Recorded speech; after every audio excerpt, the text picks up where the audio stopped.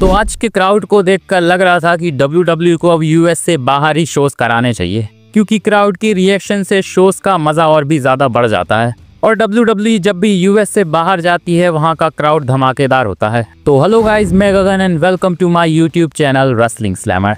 और आज हम बात करने वाले हैं आज हुए फ्राइडे नाइट स्मैकडाउन के बारे में। तो वीडियो को लास्ट तक देखना और लाइक और सब्सक्राइब भी जरूर कर देना। तो आज का स्मैकडाउन का शो हमें डबलिन आयरलैंड से देखने को मिला, जो कि बेकी लिंच का होम टाउन है। तो आज की स्मैकडाउन की शुरुआत हमें बेकी लिंच के साथ ही देखने को मिलती है और यहाँ क्राउड की तरफ से भी बहुत तगड़ा रिस्पांस मिलता है उन्हें। बेकी लिंच रिंग में आके पहले तो डबलिन आयरलैंड की तारीफ करती हैं।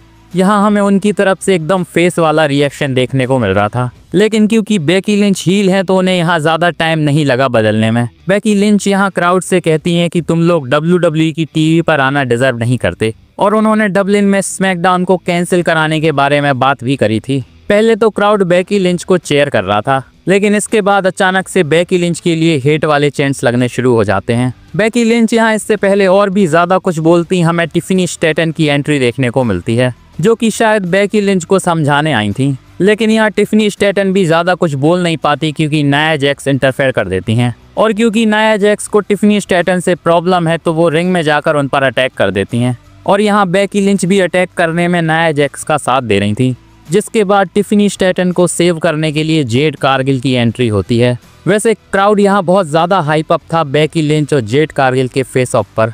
इसके बाद हमें यहाँ एक ब्रॉल टाइप सिचुएशन देखने को मिलती है, जिसके बाद निक ऑल्डिस यहाँ आते हैं और इनका मैच स्मैकडाउन के मेन इवेंट के लिए ऑफिशियल कर दिया जाता है। वैसे ओपनिंग सेगमेंट के हिसाब से ये सेगमेंट हमें काफ़ी अच्छा देखने को मिलता है। इसके बाद नेक्स्ट मैच होता है कार्मेलो हेस, मिज और स्ट्रीट प्रॉफिट्स के बीच में। मैच के स्टार्ट होने से पहले हमें फिर से मिज और कार्मेलो हेस के बीच में थोड़ी बहुत प्रॉब्लम देखने को मिलती है, लेकिन इसके बाद मैच स्टार्ट हो जाता है। और आज शॉकिंगली मिज को क्राउड की तरफ से अच्छा खासा रिस्पॉन्स मिल रहा था। बात करें मैच के एंड की तो फिर से हमें कार्मेलो हेस और मिज के बीच में यहाँ थोड़ी बहुत प्रॉब्लम देखने को मिलती है, जहाँ दोनों एक दूसरे को टैग देने की कोशिश कर रहे थे।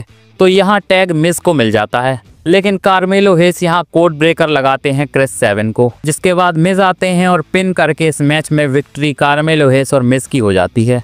और अब कार्मेलो हेस और मिज को नेक्स्ट वीक होने वाले नंबर 1 कंटेंडर मैच में जगह मिल गई है, जो कि टैग टीम चैंपियनशिप के लिए होगा।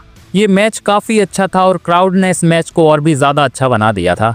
इसके बाद नेक्स्ट हमें बैक स्टेज से सैमी ज़ेन और जिमी ऊसो देखने को मिलते हैं। यहाँ सैमी ज़ेन बहुत ज़्यादा खुश थे क्योंकि वो अब अंकल बनने वाले हैं। जिसके बाद यहाँ सोलो सिकोआ और उनकी पार्टी आ जाती है। यहाँ सोलो सिकोआ जिमी ऊसो को एडवाइस देते हैं कि उन्हें उनके बच्चों का नाम उनके ऊपर रखना चाहिए, क्योंकि वैसे तो उसके बहुत सारे अंकल्स हैं लेकिन वो वन ऑफ द बेस्ट हैं। ये चीज़ जिस तरह से सोलो सिकोआ बोल रहे थे वो सुनने में बहुत ज़्यादा फनी लग रहा था। इसके बाद सैमी ज़ेन सोलो सिकोआ से कहते हैं कि तुझे नाम वाम की टेंशन नहीं लेनी चाहिए, फिलहाल तेरा फोकस यूएस चैंपियनशिप पर होना चाहिए, क्योंकि वो बहुत जल्दी उनसे वो लेने वाले हैं। इसी के साथ सैमी ज़ेन ये भी कहते हैं कि वो किसी अंडरडॉग सैमी ज़ेन को फेस नहीं करने वाले, बल्कि ये वाला सैमी ज़ेन रेसलमेनिया का मेन इवेंटर सैमी ज़ेन है। वैसे इनका मैच नेक्स्ट वीक की स्मैकडाउन के लिए फिक्स कर दिया गया है, जो कि हमें यूएस चैंपियनशिप के लिए देखने को मिलेगा। पता नहीं WWE इस मैच को क्लैश इन पेरिस में क्यों नहीं करा रही है। इसके बाद नेक्स्ट मैच हमें पाइपर निवेन और शार्लेट फ्लेयर के बीच में देखने को मिलता है। और क्योंकि यहाँ चेल्सी ग्रीन और उनकी टीम भी थी तो इस मैच में वो बहुत ज़्यादा मुसीबतें पैदा कर रहे थे, जिसकी वजह से यहाँ विक्ट्री पाइपर निवेन को मिल जाती है। तो भले ही चीटिंग से ही सही यहाँ उन्होंने शार्लेट फ्लेयर को हरा दिया है और अब नेक्स्ट वीक के लिए उन्हें टैग टीम चैंपियनशिप के लिए मौका भी मिल गया है।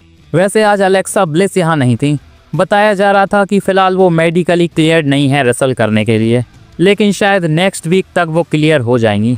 इसके बाद बैक स्टेज से हमें फिर से जूलिया मिचिन और कियाना जेम्स का सेगमेंट देखने को मिलता है। और यहाँ देखकर लग रहा था कि पहले मिचिन को अब फेस करना पड़ेगा कियाना जेम्स को, और अगर वो उन्हें हरा देती हैं तो उन्हें यूएस चैंपियनशिप के लिए मैच मिल जाएगा जूलिया के खिलाफ। तो ऐसा कुछ हमें फ्यूचर में देखने को मिलने वाला है।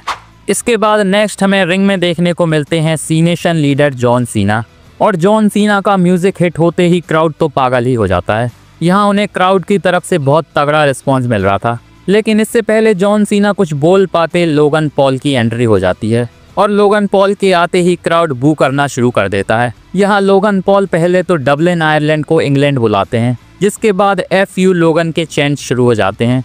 यहाँ लोगन पॉल पहले तो खुद की तारीफ करते हैं और कहते हैं कि लोगन पॉल वही करता है जो वो चाहता है, और लोगन पॉल जॉन सीना की तरह नहीं है जो ऑस्कर्स में अटेंशन के लिए बिना कपड़ों के चला जाए, जो कि जॉन सीना कर चुके हैं। तो यहाँ थोड़ा बहुत लोगन पॉल जॉन सीना को छीलने की कोशिश कर रहे थे, लेकिन इसके बाद जॉन सीना बोलना स्टार्ट करते हैं। यहाँ पहले तो जॉन सीना लोगन पॉल से कहते हैं कि तुझे कोई भी पसंद नहीं करता। इसके बाद वो लोगन पॉल की प्राइम बोटल्स के पास जाते हैं और उसे धक्का दे देते हैं और कहते हैं कि तू WWE का यूज़ कर रहा है इसे प्रमोट करने के लिए। यहाँ जॉन सीना लोगन पॉल को पैरासाइट भी बुलाते हैं, जो कि WWE के बिजनेस के लिए ठीक नहीं है। इसके बाद वो ये भी कहते हैं कि 2010 में जब तू बच्चा था तब मैं शेमिस के साथ यहाँ लड़ रहा था और सबको लगता है कि मैं तेरे साथ मैच करके टाइम वेस्ट कर रहा हूँ, लेकिन क्योंकि पहले तू आ गया तो तेरा नंबर लग गया और अब मुझे तुझे सिखाना पड़ेगा कि हसल, लॉयल्टी, रिस्पेक्ट किसे कहते हैं, जो कि वो क्लैश इन पेरिस में करने वाले हैं। लोगन पॉल इसके बाद कुछ करने वाले थे, लेकिन जॉन सीना एटीट्यूड एडजस्टमेंट लगा देते हैं और फिलहाल के लिए लोगन पॉल का काम तमाम हो चुका था। वैसे तो लोगन पॉल माइक पर बहुत ज़्यादा अच्छे हैं, लेकिन जब जॉन सीना का नंबर आता है तो उन्हें कोई पीछे नहीं कर सकता। बहुत ही बुरी तरह से प्रोमो में आज बजा दिया जॉन सीना ने लोगन पॉल को। वैसे इसके बाद हमें फिर से बैक स्टेज से लोगन पॉल देखने को मिलते हैं, जहां ड्रू मैकिंटायर से उनकी मुलाकात होती है। यहाँ ड्रू मैकिंटायर पहले तो लोगन पॉल को बहुत ज़्यादा भड़काते हैं और कहते हैं कि लोगन पॉल जॉन सीना से कैसे डर गया और अब तुझे कुछ तो करना पड़ेगा, चाहे कुछ भी हो जाए। यहाँ ड्रू मैकिंटायर के भड़काने के बाद लोगन पॉल थोड़े गुस्से में आ गए थे और वो क्या करते हैं वो हमें शो के एंड में पता चलता है। नेक्स्ट मैच हमें जेसी मटेओ टोंगा लुआओ स्ट्रीट प्रॉफिट्स के बीच में देखने को मिलता है। मैच तो ये ठीक ठाक था, लेकिन यहाँ भसड़ क्रिएट हो जाती है क्योंकि जिमी ऊसो यहाँ चेयर के साथ आकर टाला टोंगा पर अटैक कर देते हैं, लेकिन टाला टोंगा को इतने चेयर शॉट पड़ने के बाद भी उन्हें उसका शायद कोई भी असर नहीं पड़ा और वो उल्टा जिमी ऊसो पर ही भारी पड़ जाते हैं। इसके बाद यहाँ सैमी ज़ेन की भी एंट्री होती है, जो कि सोलो सिकोआ पर अटैक करते हैं। इस पूरे डिस्ट्रैक्शन का फायदा स्ट्रीट प्रॉफिट्स को मिल जाता है और उनकी यहाँ विक्ट्री हो जाती है और अब वो नेक्स्ट वीक होने वाली स्मैकडाउन में कार्मेलो हेस और मिस को फेस करेंगे नंबर 1 कंटेंडर मैच में। इसके बाद नेक्स्ट एलिस्टर ब्लैक और R-Truth का मैच होने वाला था, लेकिन बहुत ज़्यादा फनी चीज़ हो जाती है क्योंकि R-Truth डबलिन जॉर्जिया पहुंच जाते हैं, डबलिन आयरलैंड की जगह, जो कि वो टाइटनट्रॉन पर आकर बताते हैं। यहाँ वो एलिस्टर ब्लैक को ये भी बताते हैं कि उनकी जगह आज कोई और मैच लड़ने वाला है और यहाँ डेमियन प्रीस्ट की एंट्री होती है।